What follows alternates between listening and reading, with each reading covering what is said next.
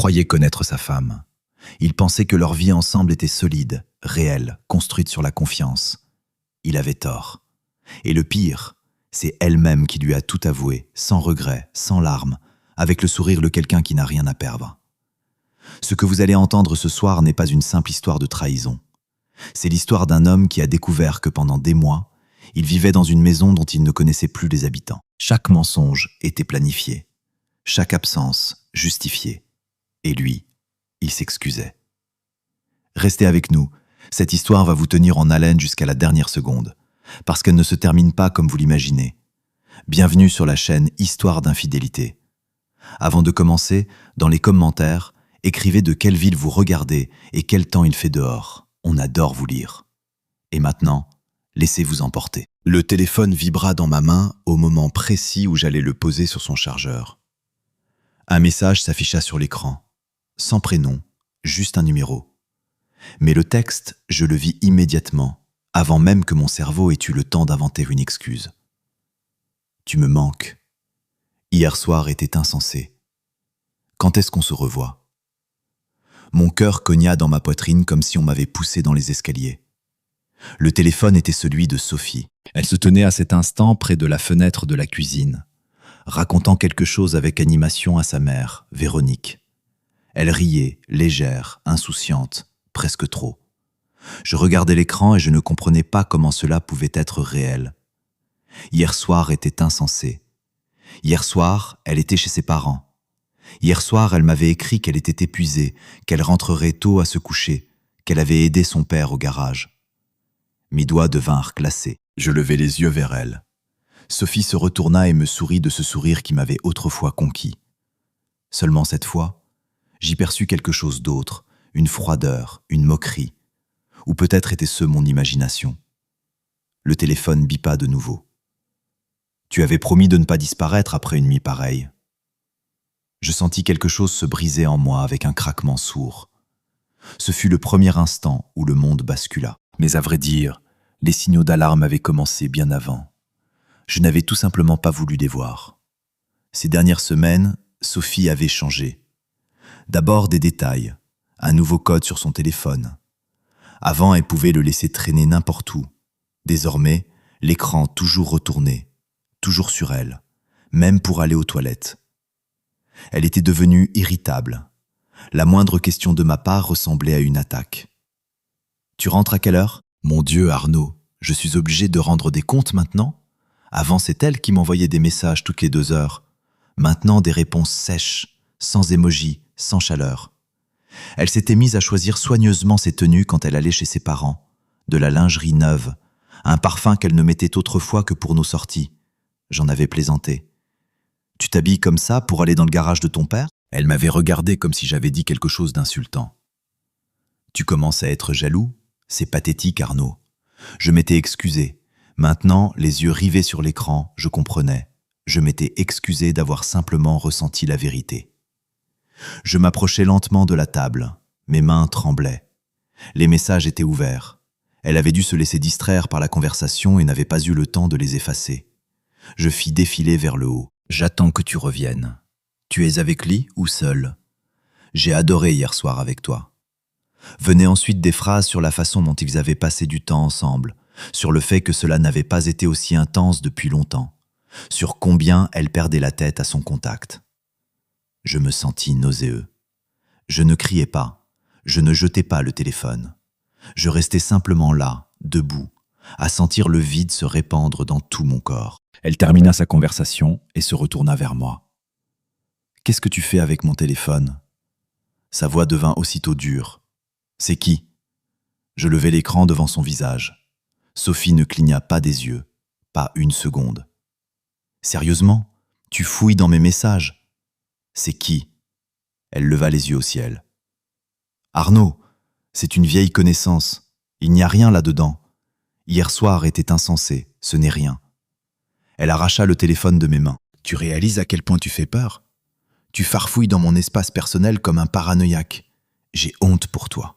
Honte pour moi. » Je la regardais, je ne la reconnaissais plus.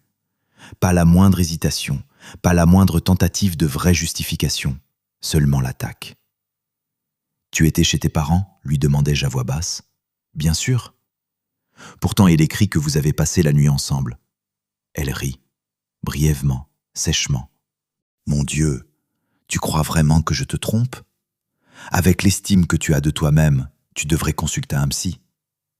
Réponds-moi, juste. Il ne s'est rien passé. On s'est croisés, on a parlé, c'est tout. Tu ne trouves pas bizarre de toujours imaginer le pire? Elle s'approcha, me toisa du regard, bien qu'elle fût plus petite que moi. Tu es devenu insupportable, Arnaud. Le contrôle permanent, les soupçons. C'est épuisant d'être avec toi. Cela fit plus mal que le message. Elle retournait tout, comme si c'était moi le fautif. Mais en moi, il n'y avait plus le moindre doute. Le nouveau code, le parfum, l'irritabilité, le mensonge sur le coucher tôt. Ces messages étaient trop explicites pour n'être qu'une simple conversation. Je compris une chose. Elle n'avait pas eu peur. Quelqu'un pris par surprise se trouble, bafouille, se contredit. Sophie était froide, et c'est cela, plus que tout, qui m'effrayait. Cette nuit-là, je ne dormis presque pas. J'étais allongé à côté d'elle et je sentais un mur invisible grandir entre nous. Elle respirait tranquillement, tournée vers le mur. Le matin, elle se comporta comme si rien ne s'était passé. Ce fut le coup de grâce. Je me réveillai à l'odeur du café. Sophie était devant la cuisinière en peignoir, fredonnant quelque chose à mi-voix. Légère, apaisée. Comme si la veille, je n'avais pas tenu entre mes mains la preuve de ses mensonges. « Bonjour », dit-elle sans se retourner, comme si nous étions un couple ordinaire et heureux. Je m'assis à table. Je la regardais et j'essayais de comprendre. Était-ce un jeu ou est-ce qu'elle s'en moquait vraiment? « Il faut qu'on parle, dis-je. » Elle soupira lourdement. « Encore. » Le mot tomba comme si j'étais une corvée. « Tu crois vraiment que ce n'est rien ?» demandai-je. Elle se retourna, croisa les bras. « Arnaud, tu t'es monté la tête tout seul. Je t'ai déjà expliqué. » « Tu étais chez tes parents ? » ?»« Oui, tout le temps. » Un silence. Une fraction de seconde, mais je la remarquais. « Presque tout le temps, » répondit-elle froidement. « Je suis passé en ville, j'ai croisé Gaëtan. On a étudié ensemble, si tu te souviens. » Gaëtan. Le prénom me frappa comme un coup. Elle ne m'en avait jamais parlé. Et pourquoi n'en avais-je jamais entendu parler? Parce que tu ne t'intéresses pas à ma vie. La réponse fusa, instantanée, comme récitée. Je la regardais et je sentais qu'on me brisait lentement, méthodiquement. Dans les messages, c'est écrit tout autre chose. Quel message? Elle plissa les yeux. Je compris qu'elle avait déjà tout effacé. Le téléphone était posé sur la table, propre, sans la moindre trace. « Tu crois que je ne vois pas comment tu te comportes ?» Elle haussa le ton. « Tu es devenu méfiant, froid. Je ne peux même plus parler à personne. Et voilà que c'était moi le coupable. C'est pour ça que tu passes du temps seul avec Gaëtan ?»« Arrête de dramatiser, lança-t-elle sèchement. Oui, on a été proches quand on était jeunes, et alors? Les gens se voient, ce n'est pas un crime. » Mon cœur se serra. Proche. Elle réalisa qu'elle venait de trop en dire. Et toujours pas l'ombre d'un embarras. Je veux dire, on se fréquentait autrefois, avant toi. Tu es jaloux du passé maintenant? C'était magistral. Chacune de ses réponses était un coup bas. Je me mis à repenser à ses derniers voyages. Elle s'attardait de plus en plus souvent. Elle disait que sa mère avait besoin d'aide, que son père n'allait pas bien. J'avais même proposé de l'accompagner. « Ce n'est pas la peine, répondait-elle. Tu ne ferais que gêner. » Gêner. Maintenant, je comprenais qui, exactement. « Combien de fois tu l'as vu ?» lui demandai-je à voix basse. Elle sourit, calmement, avec mépris. « Tu vas me faire un interrogatoire maintenant ? Réponds. Et si je ne réponds pas ? » Ce fut là le vrai coup. Elle ne cherchait même pas à feindre le moindre remords. « Sophie, » ma voix se brisa. « J'ai vu le message. Il écrit que tu lui manques, que vous avez passé la nuit ensemble. » « Et tu crois tout ce qu'on t'envoie ?» Elle rit. « C'est peut-être une blague. Le passage sur ses mains aussi, c'est une blague ?» Elle changea brusquement d'attitude. « Ça suffit, j'en ai assez. Si tu ne me fais pas confiance, c'est ton problème. » Elle attrapa son sac. « Tu pars où ?»« Chez mes parents, dit-elle sèchement, puisque tu te sens si mal avec moi. » Je sentis la colère monter en moi. Encore chez lui. Elle s'approcha tout près. Tu es en train de franchir une limite, là. Laquelle? Celle où tu me prends pour un idiot? Son visage se durcit. Je la voyais telle qu'elle était vraiment, sans masque, sans sourire aimable. Froide, calculatrice, absolument certaine de s'en sortir sans une égratignure. Si quelque chose ne te convient pas, dit-elle doucement, tu peux partir. Aussi simplement que ça. Je me tenais au milieu de la cuisine pendant qu'elle enfilait tranquillement son manteau. Elle ne chercha pas à me retenir. Elle ne chercha pas à sauver quoi que ce soit, comme si j'étais de trop. Quand la porte se referma, je ressentis un vide. Mais avec ce vide vint autre chose. Le doute céda la place à la certitude. Elle n'avait pas peur parce qu'elle était convaincue que je ne partirais nulle part. Et peut-être avait-elle raison. Je pris mon téléphone et ouvris le détail des appels depuis mon espace opérateur. Mon cœur cognait. Le même numéro. Chaque nuit, chaque voyage, des heures entières. Ce n'était pas une vieille connaissance, ce n'était pas une rencontre fortuite, c'était un système. Je restai assis dans le silence et je compris. On ne m'avait pas simplement trompé, on m'avait humilié, méthodiquement, froidement. Et le pire, c'est qu'elle ne jugeait même pas utile de vraiment se cacher, parce qu'elle était certaine que j'encaisserais tout. Je ne partis pas la rejoindre immédiatement. Même si mes mains me démangeaient de prendre la voiture et de foncer là-bas, chez ses parents, chez ce Gaëtan, n'importe où elle pouvait être. Mais pour la première fois, je me forçais à m'arrêter. Non pas parce que je m'étais calmé, mais parce que je compris que si je craquais maintenant, elle ferait encore de moi l'hystérique de service. À la place, j'ouvris l'ordinateur, méthodiquement, froidement, sans émotion. L'historique du navigateur sur le compte commun, les abonnements partagés, de vieilles conversations dans le cloud qu'elle avait visiblement oublié d'effacer. Et je trouvai d'abord une photo, anodine en apparence, un café dans sa ville natale. La date, exactement le soir où elle m'avait écrit « Je suis épuisé, je vais me coucher tôt ». Sur la photo, 2 verres de vin, 2. Puis une conversation dans une vieille messagerie, pas récente, mais suffisamment éloquente. « Gaëtan, tu es sûr qu'il ne se doute de rien ? Sophie, il est trop naïf, tout va bien. » Je relus ce message 10 fois. Trop naïf. C'était comme recevoir une gifle en plein visage.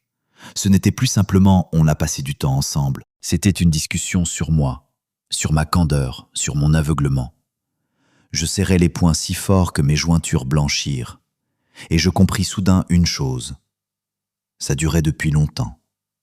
Pas une semaine, pas un mois, systématiquement, prémédité. Je me souvins qu'elle avait commencé à aller plus souvent aider sa mère, qu'un jour elle avait lâché. Gaëtan a lancé son entreprise au fait. Bravo à lui, pas comme certains. Je n'y avais pas prêté attention à l'époque. Une simple comparaison, maladroite, mais sans malice.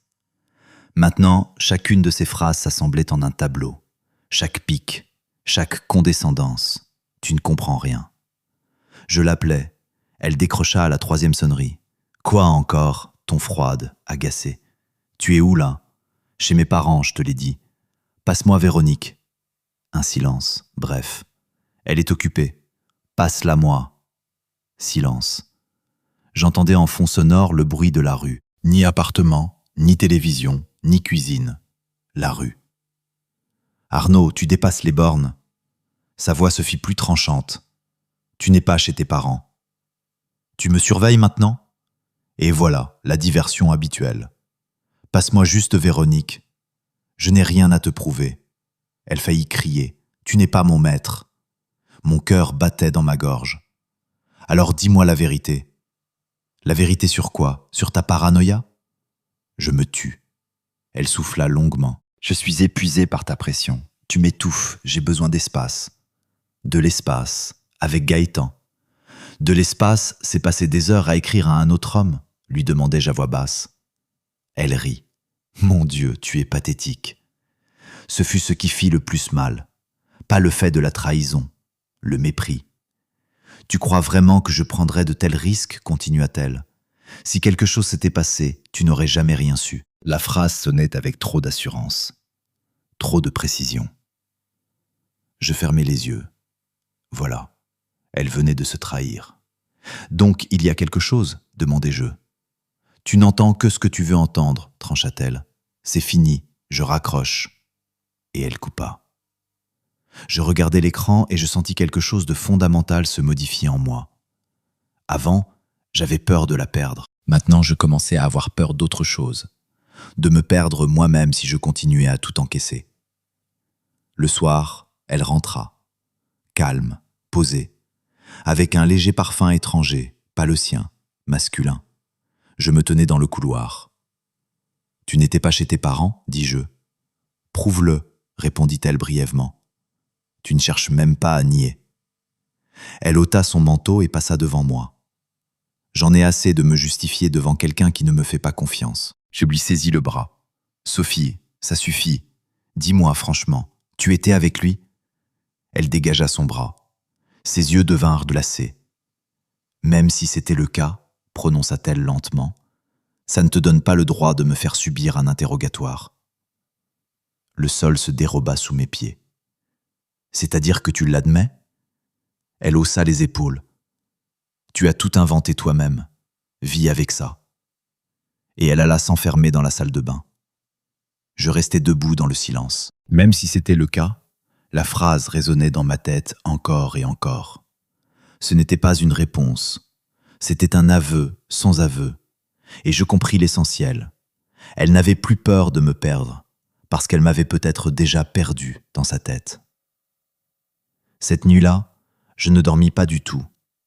Elle sortit de la salle de bain comme si de rien n'était, se glissa dans le lit, me tourna le dos. Ni excuse, ni tentative de discussion, ni même d'irritation. Comme si j'avais cessé d'exister en tant que facteur.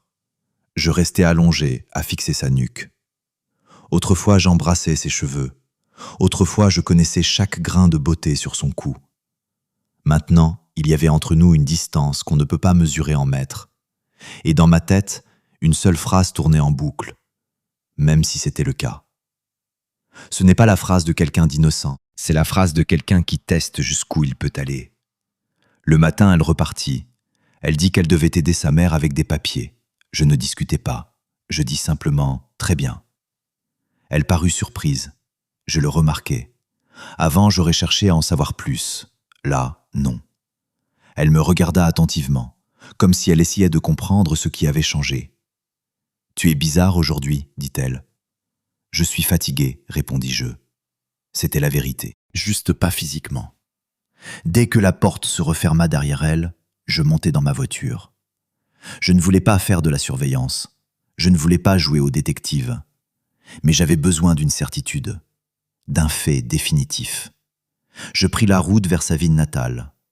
Le trajet dura près de 2 heures. Pendant tout ce temps, 2 voix se disputaient dans ma tête. L'une disait « Tu es fou ». L'autre « Tu es en retard ». Je me garai devant chez ses parents. La voiture de Sophie n'était pas là. J'attendis 20 minutes. 30. Rien. Je sortis du véhicule et appelai Véronique. « Bonjour Arnaud ». Sa voix était enjouée. « Il s'est passé quelque chose ? Sophie fait une pause ?»« Non. Elle devrait pourtant. » Mon cœur chuta. « Elle m'a dit qu'elle venait chez vous. »« Ça fait 1 semaine qu'on ne l'a pas vue, répondit-elle tranquillement. 1 semaine. » Je la remerciai et raccrochai. Le monde devint comme ouaté, comme si on avait coupé le son. 1 semaine. Ce n'était donc pas une rencontre isolée. C'était une vie parallèle. Je me rassis dans la voiture et restai là sans bouger. Le téléphone tremblait dans ma main. Je rouvris le détail des appels. Ce même numéro. 3 appels dans la journée. Le dernier, 20 minutes plus tôt. Je tapai le numéro dans un moteur de recherche. Gaëtan Morel. Un profil sur les réseaux sociaux apparut presque aussitôt. Le sourire d'un homme sûr de lui. Une salle de sport. Une voiture de luxe. Sous une photo, cette légende. Le meilleur reste à venir. Sous une vieille publication, je vis un commentaire de Sophie. Un emoji. Une flamme. La date, 3 mois auparavant. 3 mois. Tout ce temps, je vivais dans une illusion. Je repris la route. L'adresse de son entreprise se trouvait dans la même ville. Un petit bureau dans un immeuble récent. Je m'arrêtai en face et je vis sa voiture. Sophie se tenait devant l'entrée. Je regardai la porte du bureau et je sentis que tout en moi se cristallisait en une résolution glacée. Une dizaine de minutes plus tard, ils sortirent. Lui d'abord, elle ensuite. Il riait. Elle effleura sa main, brièvement, mais suffisamment. Et ce geste n'avait rien d'amical. C'était le geste d'une femme qui se sent libre. Il lui dit quelque chose. Elle le poussa légèrement à l'épaule, avec légèreté, en jouant. Je restai dans ma voiture, sentant le sang battre à mes tempes. Ce n'était pas une rencontre fortuite. C'était une intimité rodée, assurée. Ils se tenaient trop près l'un de l'autre, trop naturellement. Elle lui rajusta son col. Ce geste, je le connaissais. Elle me le faisait autrefois. Il se pencha vers elle, bien trop près. Et à cet instant, quelque chose en moi se rompit définitivement. Pas un cri, pas des larmes. Un silence, froid. Je compris une chose terrible. Elle ne s'était pas perdue. Elle n'avait pas commis une erreur. Elle avait consciemment choisi de jouer sur 2 tableaux. Et pendant que je perdais la tête à la maison, elle se sentait victorieuse. Je démarrai le moteur. Je ne sortis pas. Je ne fis pas de scène. Parce que si je m'approchais maintenant, elle retournerait toute une fois de plus. Elle dirait que je la harcelais, que j'étais instable, que j'avais tout détruit par ma jalousie. Non. Ce dont j'avais besoin à présent, ce n'était pas d'émotion. C'était d'une stratégie. Quand elle rentra le soir, j'étais assis dans la cuisine, calme. Elle entra, sourit. Alors, le paranoïaque est encore en vie ?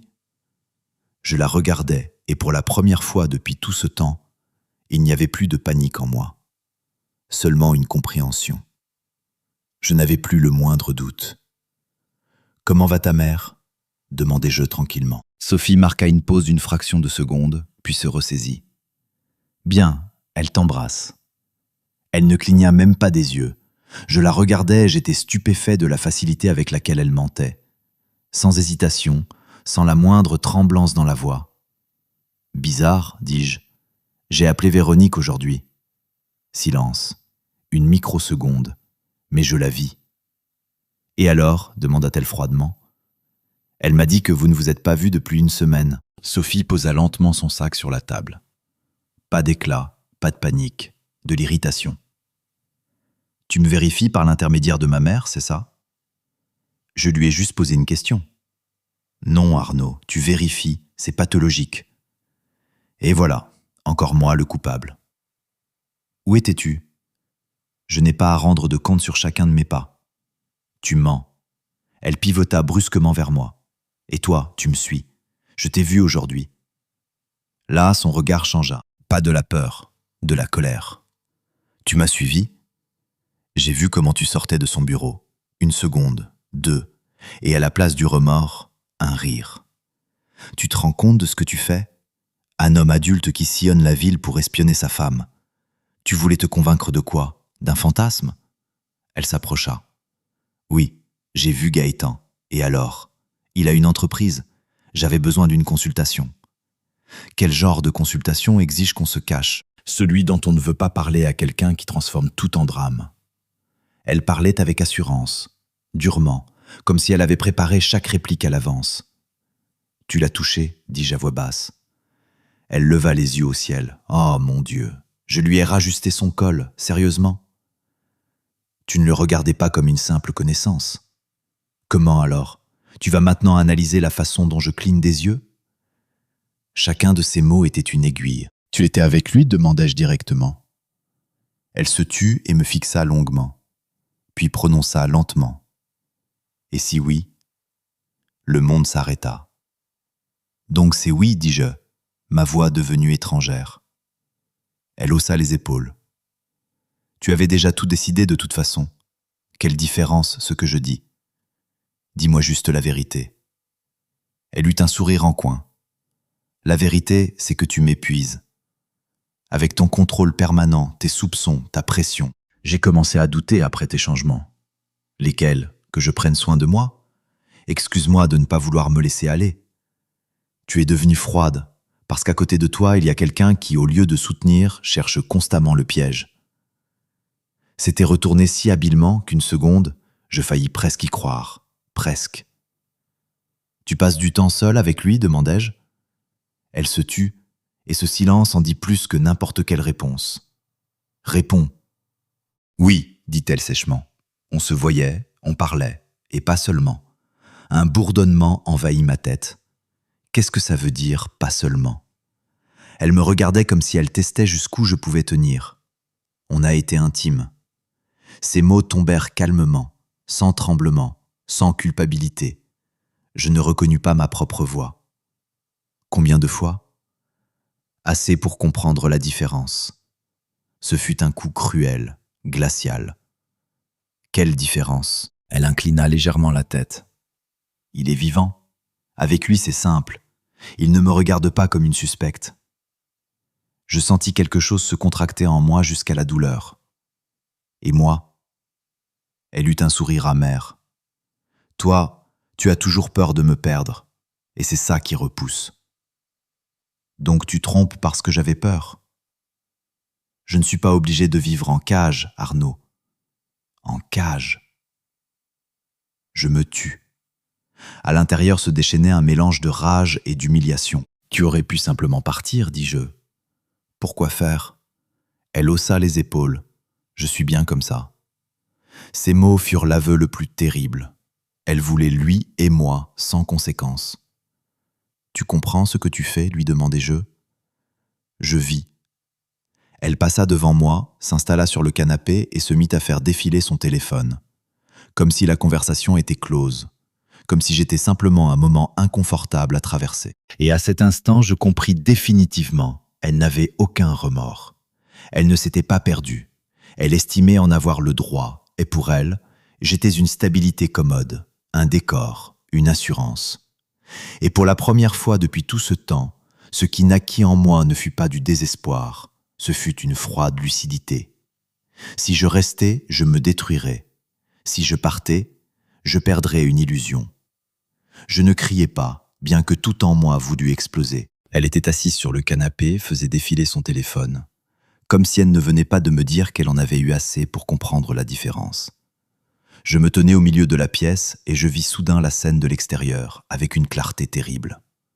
Moi, le mari, la maison, la stabilité, les factures payées, les projets communs. Lui, les émotions, la légèreté, l'adrénaline. Et elle avait décidé qu'elle pouvait tout avoir. « Tout te convient donc ?» dis-je à voix basse. « Oui, » répondit-elle calmement, sans même lever les yeux. « Quoi? C'est-à-dire que tu veux continuer comme ça ?» Elle me regarda enfin. « Je ne veux pas de scandale. Si tu arrêtes de faire des scènes, tout ira bien. Bien. » Ce mot me frappa plus fort que l'aveu. « Pour toi, c'est normal d'être avec moi et avec lui en même temps ?» Elle soupira lourdement, comme si j'étais lent à comprendre. « Arnaud, les adultes ne divisent pas le monde en noir et blanc. Ça s'appelle une trahison. Ça s'appelle une relation complexe, répondit-elle froidement. Tu penses de façon trop primitive. Primitive. Je serrai les mâchoires. Tu réalises que j'ai mal? Elle se tut une seconde. Et là, je vis sa vraie réaction. Pas du regret, de l'irritation. Moi aussi, j'ai eu mal quand tu es devenu un geôlier. Je suis devenu comme ça après avoir senti que quelque chose n'allait pas. Parce que tu manques de confiance en toi, m'interrompit-elle. Gaëtan, d'ailleurs, ne me fait jamais subir d'interrogatoire. Voilà, la comparaison. Donc tu parles de moi avec lui. Elle esquissa un sourire en coin. Tu crois vraiment qu'on ne le fait pas? C'était comme un crachat au visage. Qu'est-ce que tu lui racontes? Que tu es bien, mais ennuyeux. Fiable, mais pesant. Que tout est prévisible avec toi. Chaque mot comme une lame. Et avec lui, elle me regarda droit dans les yeux. Avec lui, je me sens désiré. L'air parut s'épaissir. Et avec moi, un silence. Avec toi, c'est confortable, voilà tout. Toute notre vie en un mot, confortable. Je me souvins de ma demande en mariage, de ses larmes de bonheur, de ses serments de ne jamais trahir. Et devant moi était assise quelqu'un qui me regardait comme une option provisoire. Tu comptes partir ? Demandai-je. Elle haussa les épaules. Pas pour l'instant. Je ne suis pas pressé. Pour l'instant. D'un cynisme tel que les mots me manquèrent. Et si c'est moi qui pars ? Elle plissa légèrement les yeux. Tu ne partiras pas. Une certitude absolue. Pourquoi tu penses ça ? Parce que tu m'aimes, et lui non. Il prend simplement ce qu'il veut. C'était inattendu. C'est-à-dire que tu sais qu'il ne construit rien avec toi ? Elle eut un sourire amer. Pour l'instant, je n'ai pas besoin d'avenir. J'ai besoin de ressentir. Et moi ? Toi, tu es fiable. Encore ce mot. Je compris soudain qu'elle avait tout calculé depuis longtemps. Elle était convaincue que j'étais trop attaché, trop honnête, trop ancré dans la vie de famille pour partir. Et peut-être qu'avant, elle avait raison. Mais quelque chose à l'intérieur avait déjà bougé. « Si je te dis que je ne l'accepterai plus, demandai-je. » Elle se leva tranquillement, s'approcha tout près. « Alors c'est toi qui détruiras tout. Moi, non. » Parce que je n'ai rien détruit, j'ai simplement cherché ce qui me manquait, et je l'ai trouvé. Elle regarda quelque part sur le côté. En partie. Donc j'étais encore utile. Une roue de secours. Je m'éloignai d'elle. Tu comprends qu'après ça, il ne peut plus y avoir de confiance ? La confiance est une illusion, Arnaud, dit-elle froidement. Les gens vivent selon leurs intérêts. À cet instant, je compris. Elle n'avait pas seulement trahi, elle avait changé de regard sur moi bien avant. Et j'avais vécu avec quelqu'un qui était déjà sorti de cette relation depuis longtemps, mais y restait par commodité. Elle alla dans la chambre. Je restai dans le silence. Et pour la première fois depuis tout ce temps, je ne ressentis pas de douleur, mais de la colère. Pas hystérique, pas aveugle, tranquille, froide. Elle était convaincue que je n'irais nulle part, que j'avalerais, que je resterais. Le lendemain, elle se comporta comme si nous avions juste traversé une dispute ordinaire. Elle prépara le petit déjeuner. Elle me demanda si j'avais fait les courses. Elle m'embrassa même sur la joue avant de partir. Ce fut la chose la plus humiliante. Elle continuait tranquillement à jouer le rôle de l'épouse, sachant que je savais tout. « Je rentrerai peut-être tard ce soir, dit-elle en enfilant son manteau. « Chez Gaëtan ? Demandai-je. Elle me regarda avec un léger sourire. « Peut-être. » Et elle sortit. Pas la moindre honte, pas la moindre tentative de dissimuler. Je restai assis et sentis que tout ce qu'il y avait de doux en moi se consumait lentement. Je me souvins de comment je l'attendais autrefois après le travail, de la joie que ces messages me procuraient, des projets que je bâtissais, les vacances, les enfants, un appartement plus grand. Elle, pendant ce temps, lui écrivait peut-être déjà. Je me mis à repasser les derniers mois. Chaque fois que je ressentais une distance, elle m'en rendait responsable. Chaque fois que je posais des questions, elle disait que je pesais sur elle. Chaque fois que j'essayais de parler, elle me traitait de faible. Et je l'avais cru. J'avais sincèrement pensé que le problème venait de moi, que j'étais devenu ennuyeux, trop casanier, trop prévisible. Je compris alors que c'était sa façon de se décharger de toute responsabilité. Il était plus simple de faire de moi le coupable que d'admettre son double jeu. Le soir, elle rentra effectivement tard. Elle sentait le même parfum masculin. Elle ne cherchait même pas à dissimuler. « Tu ne me demandes même pas où j'étais ?» dit-elle avec un sourire en coin. « Pourquoi faire ?» répondis-je calmement. « Je le sais déjà. » Elle parut déstabilisée une seconde. « Et ça te semble normal ?» ?»« Non. »« Alors pourquoi tu te tais ?» Je la regardai dans les yeux, parce que crier ne sert à rien. Elle plissa les yeux. « Tu prépares quelque chose, intéressant. Quand je souffrais, ça lui convenait. Quand je devins calme, ça l'inquiéta. » « Et si c'était le cas, demandai-je. » Elle s'approcha. « Arnaud ne joue pas les victimes. C'est toi qui as amené la situation là où elle en est. C'est moi qui t'ai poussé dans le lit d'un autre. Tu m'as donné le sentiment de ne pas être entendu. Alors tu es allé chercher cette écoute dans un autre lit. » Elle changea brusquement de ton. « Fais attention à ce que tu dis.